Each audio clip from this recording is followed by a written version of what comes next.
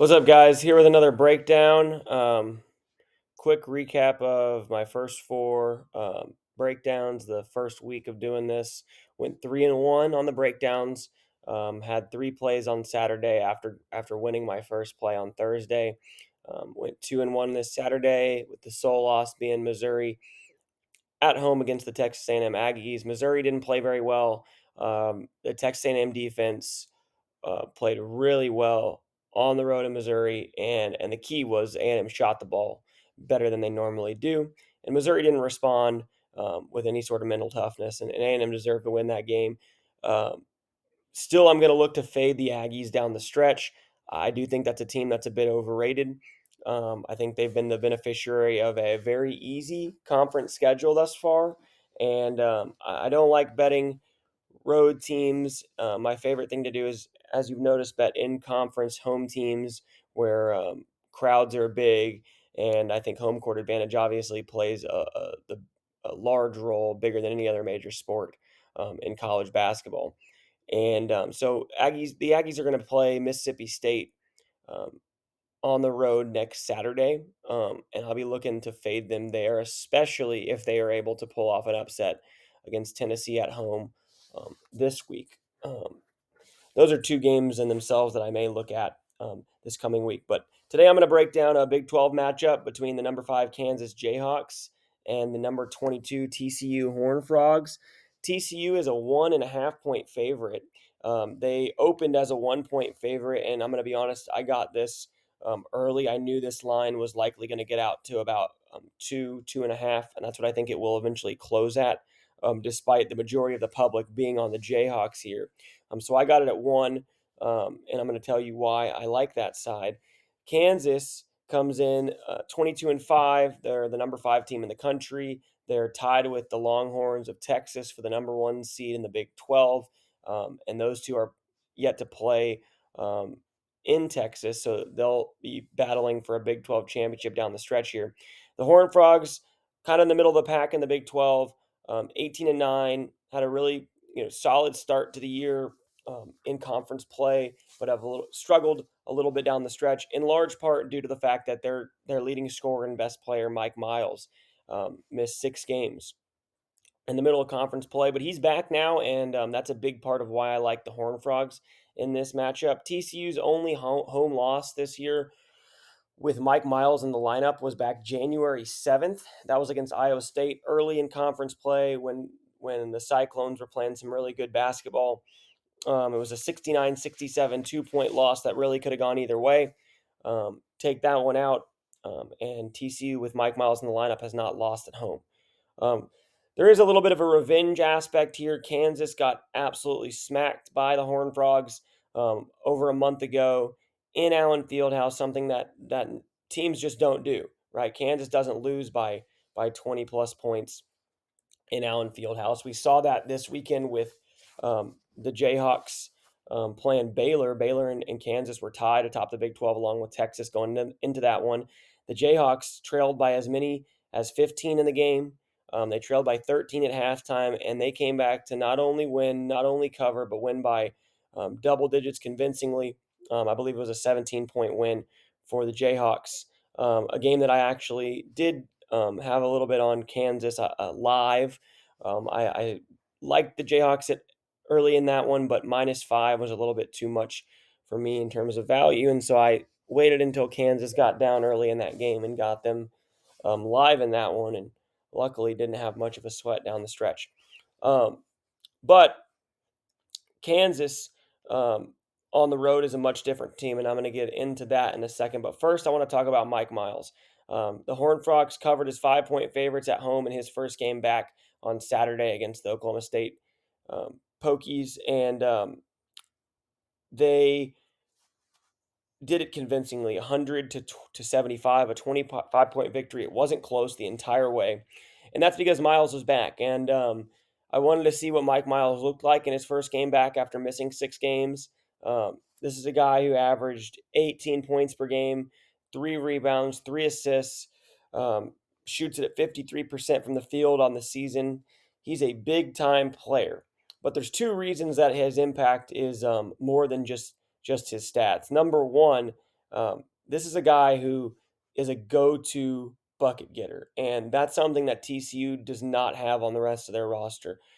In the game that the Horned Frogs lost last Saturday against the Bears at home of Baylor, TCU led most of that one, probably should have won the game and blew it late, but they did end up with a possession at the end of the game and a chance to win or tie down by two. And they had to go to Damian Baugh, their second leading scorer, and that's a guy who's just not a go-to bucket getter like Mike Miles is. TCU ended up settling with Baugh for a step back, long contested 2-point jump shot. It didn't even hit the rim. It wasn't close, and TCU ended up losing that one. Um, but with Mike Miles back, Baugh can kind of take a back seat, and he is a very good secondary option. He's a good offensive player. However, the role of playing a go-to scorer just isn't his thing. He's not able to carry a team, and they were relying on him to score 18 to 20 points a night to win. That's why they didn't get a lot of victories with Miles out of the lineup.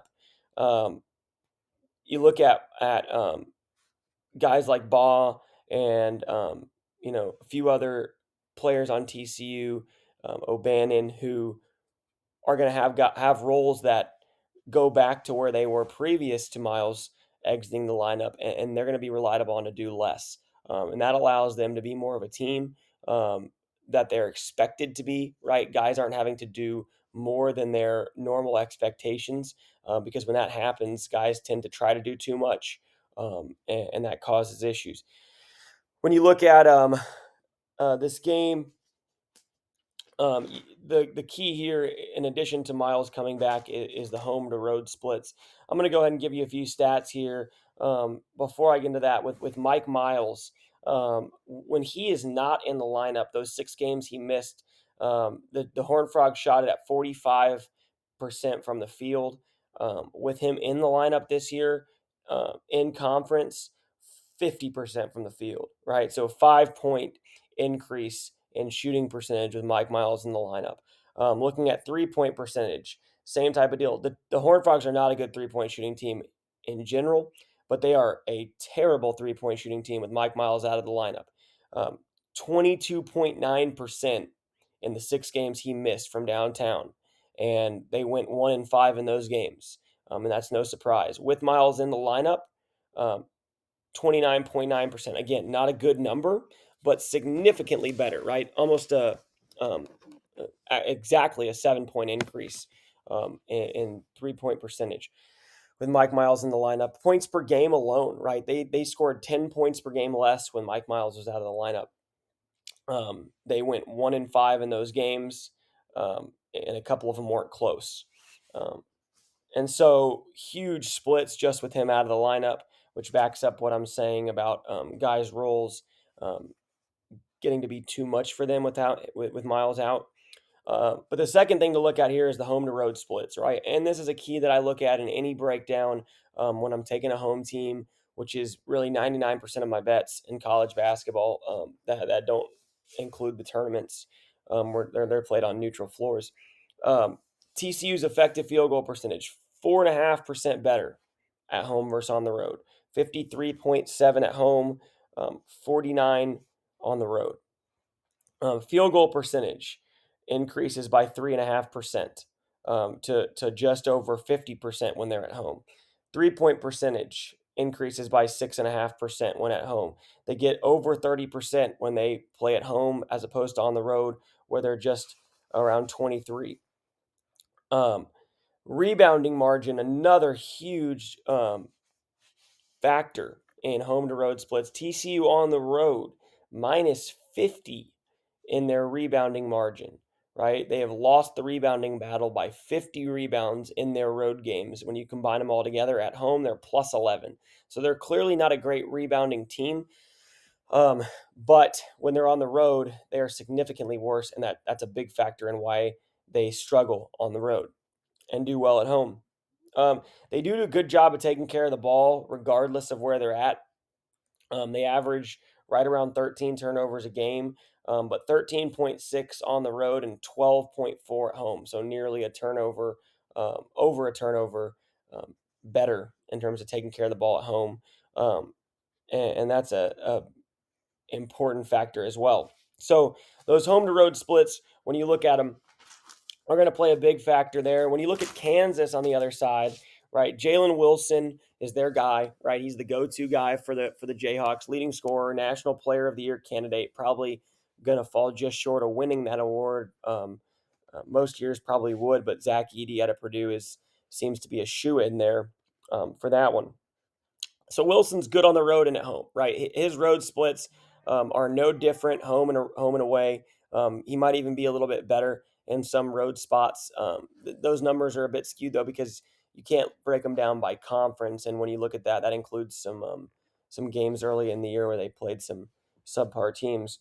Um, when you look at the secondary guys, though, that's where the splits start to matter, right? And one of those guys is Grady Dick. Okay, Grady Dick is a really good freshman. He shot the ball extremely well this year from three. And when you look at his breakdown, um, 7% worse from the field overall when on the road versus playing at home. 8% worse when shooting the three ball. He shoots it at a staggering 44% in Allen Fieldhouse this year. Um, Shoots it at a still pretty good 36% on the road, but an 8% decrease in his percentage. He increases his turnover output by almost 2 turnovers a game on the road versus at home.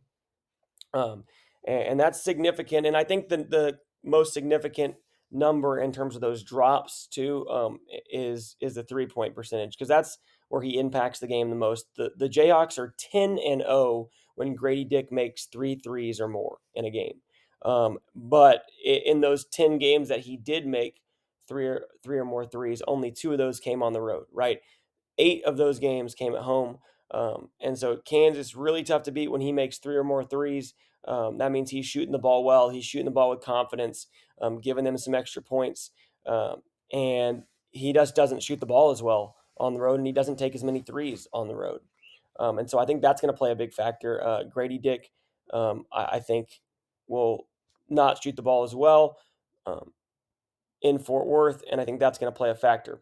A couple other guys tend to struggle in different areas on the road. Kevin McCullers, not a huge player for the Jayhawks offensively, but he is one of their 3 point shooters who takes a couple a game. His percentage drops 8% from three when on the road versus in Allen Fieldhouse.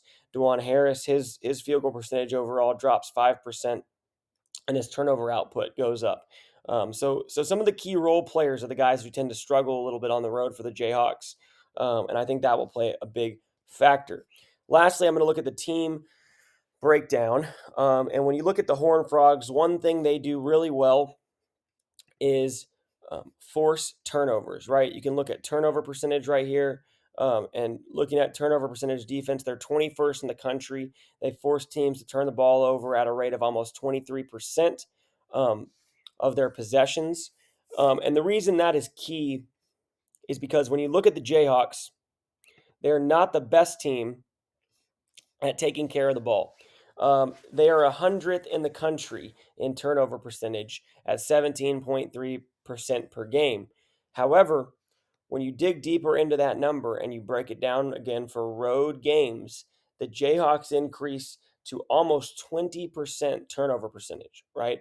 And if you're averaging that out, right, you're looking at a game where TCU forces teams into nearly 23%. Kansas is just around 20%.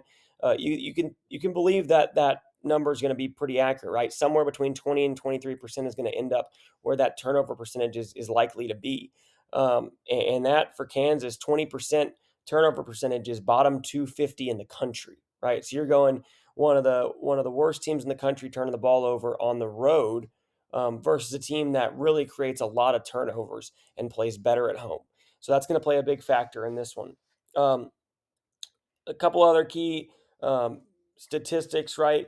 TCU is 38th defending the 3 point shot. They force teams to shoot um, about 30%, 30.9% from three.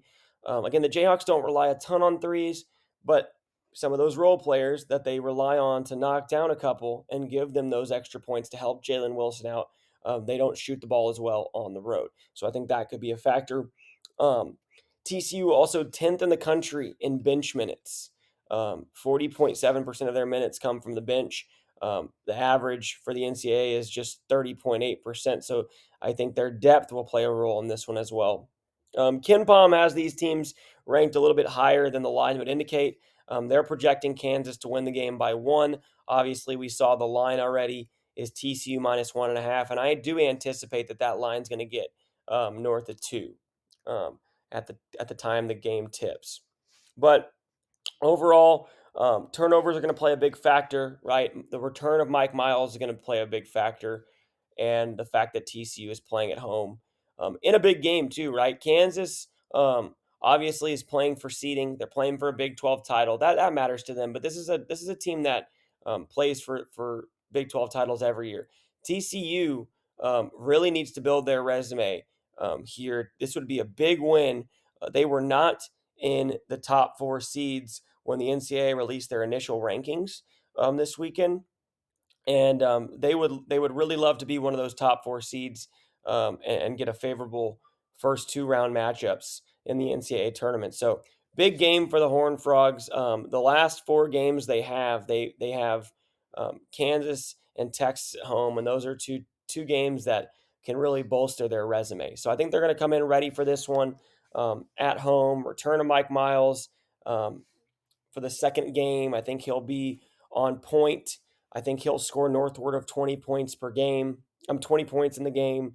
And I think a lot of the role players will chip in some good minutes as well. So give me the Horned Frogs. I'm going to call it minus the one. That's where I got it at. I'll go ahead and tell you if you can buy the point to one. I understand the value of it may not be the best thing, but regardless, I would get it now rather than later because I do anticipate this line getting out to two, maybe 2.5. If you want to wait and see, you could try to gamble, but I would go with TCU. If you can get money line at minus 120, then go ahead and get it at the money line. If you have one available, take the one. But that's my play for the day. TCU minus the one to take care of the number 5 Kansas Jayhawks. And hopefully, I will see each other at the window with a TCU Horn Frog ticket in hand. Go Horn Frogs.